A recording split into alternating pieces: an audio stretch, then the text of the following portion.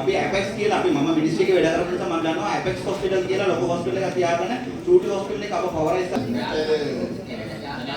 ඒකට අපි අර ඉන්නේ විදියට 300ක් දැන් තියෙනවා. வந்து உங்களுக்கு இருக்கிறாங்க வந்து சிடி ஸ்கேனர் வந்து ஒரு ஐசியூ யூஸ் டைம் வந்து அங்கே வந்து படத்தை அடுத்தது எனது சத்யமூர்த்தி டாக்டர் சொன்ன அதிகமாக வந்து அதில் குறிப்பாக சொல்லியிருக்கிற மெட்டர்னிட்டி வார்டு வந்து 2012 வந்து இடிக்கப்பட்டது.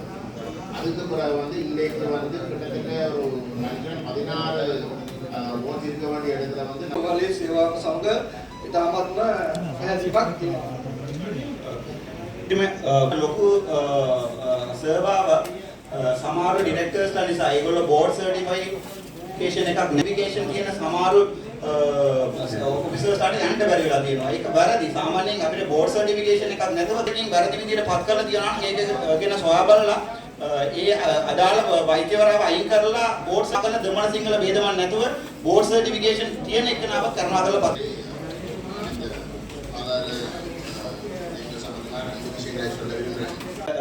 தூரநோக்கான சேவை வந்து பாராட்டப்படக்கூடிய ஒன்று. என்னென்றால் எங்களுடைய வடக்கு மாகாணத்தை பொறுத்த வரைக்கும் கடந்த அரசாங்கத்தில் இது நான் சொல்றதால கனவேருக்கு மன உளைச்சல்களும் மனநோய்களும் ஏற்படலாம். கடந்த அரசாங்கத்தில் போர்ட் சர்டிஃபிகேஷன் இல்லாமல் சாதாரணமாக மதிப்புக்குரிய ஜனாதிபதி அவர்களே ஒரு வைத்தியசாலை ஒன்றுக்கு டிரெக்டர் ஒருவர் தெரிவு செய்யப்படும் போது அவர் கட்டாயம் போர்ட் சர்டிஃபைட் கன்சல்டன்ட் என்ற ஒரு அடிப்படையில் தான் தெரிவு செய்யப்பட வேண்டும். ஆனால் 2015ஆம் ஆண்டு இருந்த அந்த காலத்து அரசாங்கம் கேபினட் அப்ரூவல் ஒன்றை எடுத்துக்கொண்டு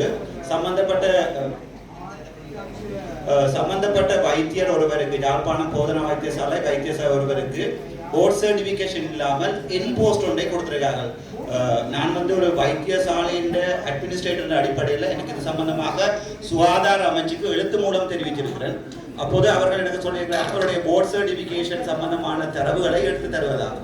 அதோட ஒரு வைத்தியசாலை ஒன்று வந்து ஒரு இன்போஸ்ட் ஒன்று கொடுக்கப்படும் போது உதாரணத்துக்கு ஒரு ஜனாதிபதி வாழ்நாள் ஜனாதிபதியாக மாறும்போது சில வேளைகளில் அவருடைய அடக்குமுறைகள் வந்து அதிகமானதாக இருக்கும். கிட்டத்தட்ட 170 அதிகார ජනාධිපති මම මේක සිංහල කියන්න කැමතියි 170 ළමයි අවුරුදු 3ක් අරගෙන පඩි දෙන්නේ නැතුව සර්විස් විදියට මේ දාලා තියෙනවා මේක. ඒක මම ඒගොල්ලෝ එක්කරන් அவர்களை அழைத்து கொண்டு சுகாதார அமைச்சருடைய யோசித்து பாருங்கள் ஒருவருக்கு ஒரு மாதம் சம்பளம் கொடுக்காட்டில் வாழ்வாதாரம் பாதிக்கப்படும்.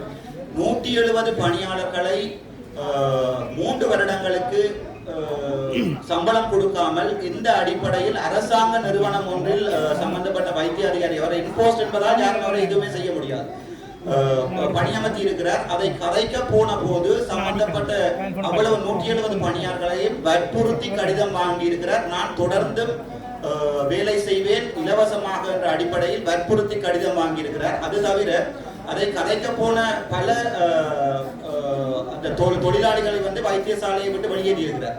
அது சம்பந்தமாக நான் ஒரு பாராளுமன்ற உறுப்பினராக கதைக்க போகும்போது என் மீது வழக்கு பதிவு செய்திருக்கிறார். இது ஒரு என்ன கவலை என்றால் ஜனாதிபதி அவர்களே வடக்கு மாகாணத்தில் இதுக்கு முதலும் டாக்டர் திலீப் என்று சொல்லி ஒரு சிங்கள மொழி பேசுகின்ற ஒரு நல்ல திறமையுள்ள ஒரு வைத்தியர் ஒருவர் வேலை செய்தவர். அவரையும் இனம் மொழி பாதுகாப்பு வேறுபாடு காட்டி யாழ்ப்பாணத்திலிருந்து திட்டமிட்ட ரீதியில் சம்பந்தப்பட்ட வைத்திய அதிகாரிகள் வந்து வெளியேற்றி இருந்தவர்கள் அவர் சிங்களவர் என்றதால் நான் கூட பேராதனை வைத்தியசாலையிலே இமோ பிளானிங்காக வேலை செய்திருக்கிறேன். கிட்டத்தட்ட 3 வருடங்கள் என்ன இந்த அட்மினிஸ்ட்ரேஷனை கொண்டு வந்தது கூட ஒரு சிங்கள வைத்தியர் டாக்டர் அர்ஜுன திலகரட்னம். ஆனால் இப்போது இருக்கிற இந்த நிலைமையிலே சிங்கள வைத்தியர்களை வெளியேற்றுவதும் அது தவிர ஒரு இனப்பாகுபாடான இதொன்று எங்களுடைய வைத்தியசாலைகளில் நடந்து கொண்டிருக்கிறது. சாதாரணமாக வடக்கு கிழக்கிலே வைத்தியர்கள் இதுல இன்னொரு வைத்தியர்கள் இருக்கிறார் அவருக்கும் தெரியும். வடக்கு கிழக்கிலே வைத்தியர்கள் வந்து நியமிக்கப்படும் போது அவர்களுடைய ரேங்க் அடிப்படையில் நியமிக்கப்படும் சிங்கள மொழி பேசும் வைத்தியர்கள் தான் வருவார்கள். சாவச்சேரி ஆதார வைத்தியசாலை பேசுமொழியாக இருக்கிறன்னு சொல்லி எங்களுடைய மதிப்புக்குரிய பாராளுமன்ற உறுப்பினர் ஸ்ரீதரன் அவர்கள் ஐயா சொல்லியிருக்கிறார். என்னென்றால் அந்த வைத்தியசாலையினுடைய டிரெக்டராக இருந்துதான் நான் இப்போது பாராளுமன்ற உறுப்பினர் பதவிக்கு வந்திருக்கிறேன்.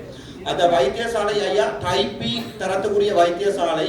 அந்த வைத்தியசாலையில 2014ஆம் ஆண்டு ஒரு கட்டிடம் கட்டப்பட்டு 2024ஆம் ஆண்டு நான் என்னுடைய தொழிலை இழந்துதான் அந்த கட்டிடம் இயங்கிக் கொண்டிருக்கிறது. அது தவிரவும் வடக்கு கிழக்கு மாகாணத்திலே வைத்தியசாலைகளை எடுத்து பார்த்தீர்கள் ஒன்று லைன் மினிஸ்ட்ரி வைத்தியசாலைகளாக இருக்கும், இரண்டாவது ப்ரொவின்சியல் கவுன்சில் வைத்தியசாலைகளாக இருக்கும்.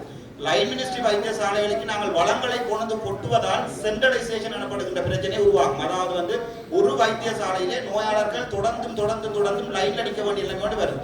நாங்கள் சின்ன சின்ன பெரிபரியில் இருக்கிற சின்ன சின்ன வைத்தியசாலைகளை தரம் உயர்த்துவதோடு அதிலே சம்பந்தப்பட்ட வைத்தியர் வந்து ஒரு சிங்கள மொழி பேசுவதாக இருந்தாலும் ஒரு 24 மணித்தியாலமும் 31 நாட்களும் யாழ்ப்பாணத்தில் இருந்துதான் தொழில் புரிகிறார். இப்போது அவரை வெளியேற்றுவதற்கான நடவடிக்கையை GMO செய்து கொண்டிருக்கிறது.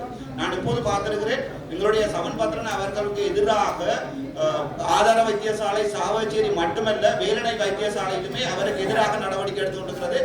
ஆதார வைத்தியசாலைக்கு இன்று பிரதியீடு செய்யப்பட்ட வைத்தியரை நான் நினைக்கிறேன் சமன்பத்திரன் அவர்கள் சொல்வார்கள், மன்னார் அல்லது கிளிநொச்சியிலிருந்து தற்போது ஸ்ரீதரன் ஐயா சொல்றார் என்னென்றால் சில நேரங்களில் நாங்கள் மருத்துவங்கள் சம்பந்தமாக கதைக்கும் போது அந்த அடிப்படை அறிவுகளை யாரையாவது கேட்டுக்கொண்டு வருவோம். கன்சல்டன் என்றது என்னென்றால் அது வந்து ஒரு MBBS முடிச்சு போட்டு இன்னொரு 5 இயர்ஸ் படிச்சா தான் ஒரு கன்சல்டன் ஜனாதிபதி. ஆனால் சாதாரண ஒரு வைத்தியரை பிரதிநிதி செய்திருக்கிறார்கள். அதை அவர்களுடைய சிங்கள PD பிரதிநிதி செய்திருக்கிறார் என்பதற்காகத்தான் ஒரு அரசியல் அடிப்படையில் சொல்லப்படுவதோடு சம்பந்தப்பட்ட PDல